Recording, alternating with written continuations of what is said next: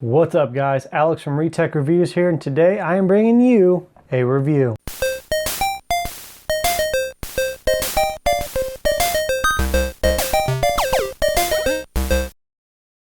What's up guys, so today we're going to be taking a look at Battlefield 1 on PC. Alright, so before we jump into the actual gameplay, let's take a look at the video settings. So I have it set to full screen, 2560 by 1440, 144 Hz, brightness at 50%, vertical sync turned off from my testing, field of view set at 55, but it goes all the way up to 105.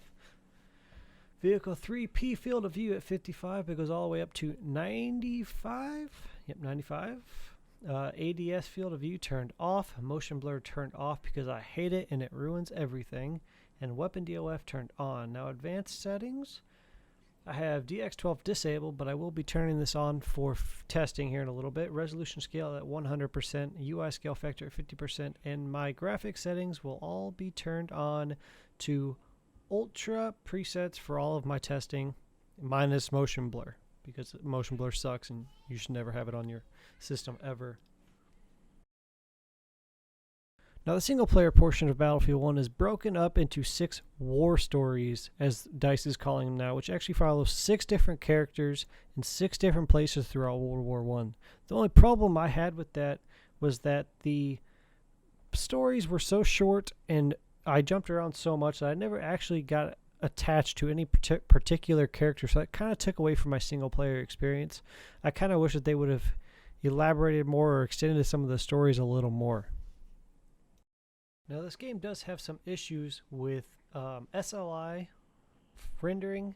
I'm not sure if it's for AMD because I don't have any AMD cards, but I do have some major flickering issues with SLI. But the gameplay is actually very, I guess it would be realistic for a World War I game. I found it very fun. I found it very authentic. I found the weapons very inaccurate, so I wasted a lot of ammo, and there's not a lot of ammo laying around. So conserve your ammo if you're planning on picking this up for the holidays or something. Conserve your ammo because the guns are very inaccurate. It makes it very difficult to shoot people at long range. It really takes pretty much a lot of practice and a lot of luck.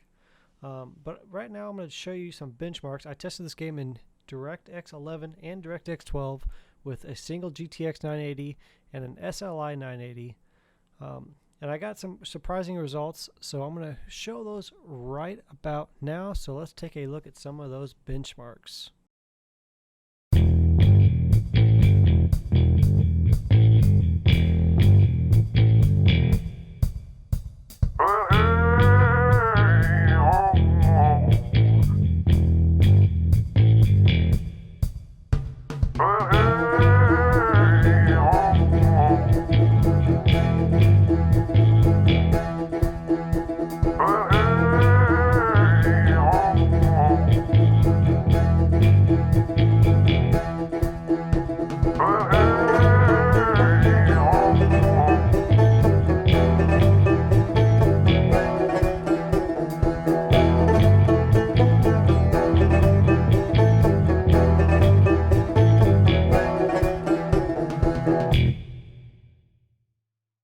Now I got some surprising results from those benchmarks. I was actually pretty surprised at the performance of DirectX 12 versus DirectX 11 because I was averaging an average of 10 to 15 frames less with DirectX 12, whether I was running at 1080p or 1440, and whether I was running at SLI or not, which is pretty sad considering DirectX 12 is pretty much what Microsoft was pushing for to get gamers to switch to Windows 10.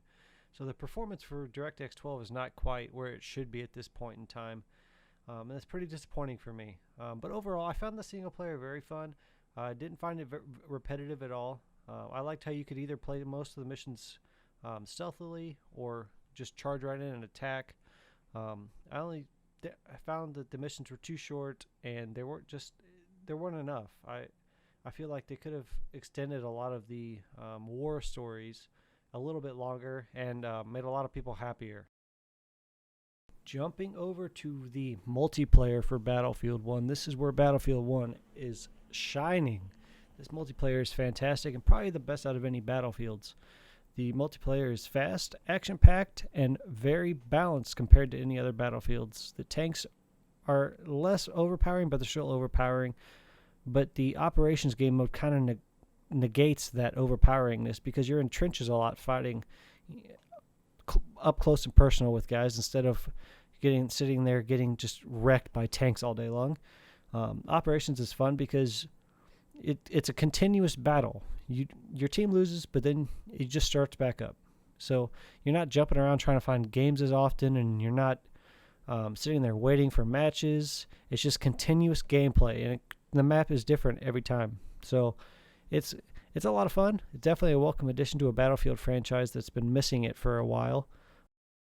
The Battlefield 1 multiplayer is definitely a change in the right direction for the Battlefield franchise, and it is a welcome change to a franchise that has not really had too many changes in recent years. I felt that Battlefield 3 and Battlefield 4 were essentially the same games, and Battlefield 1 definitely takes it to a whole nother level. So if you're looking to pick this game up for friends and family for holidays, I would definitely recommend it. I would definitely recommend it to anybody that loves Battlefield or is trying to get into the Battlefield franchise for the first time. But it does have its downfalls due to the lack of single-player content and the jumping around of the single-player war stories that is hard to follow. I can only give this game a fiery 4 out of 5 stars.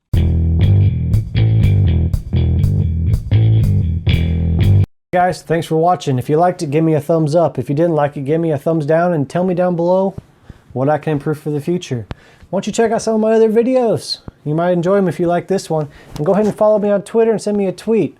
And my Instagram is right here, so go check that out.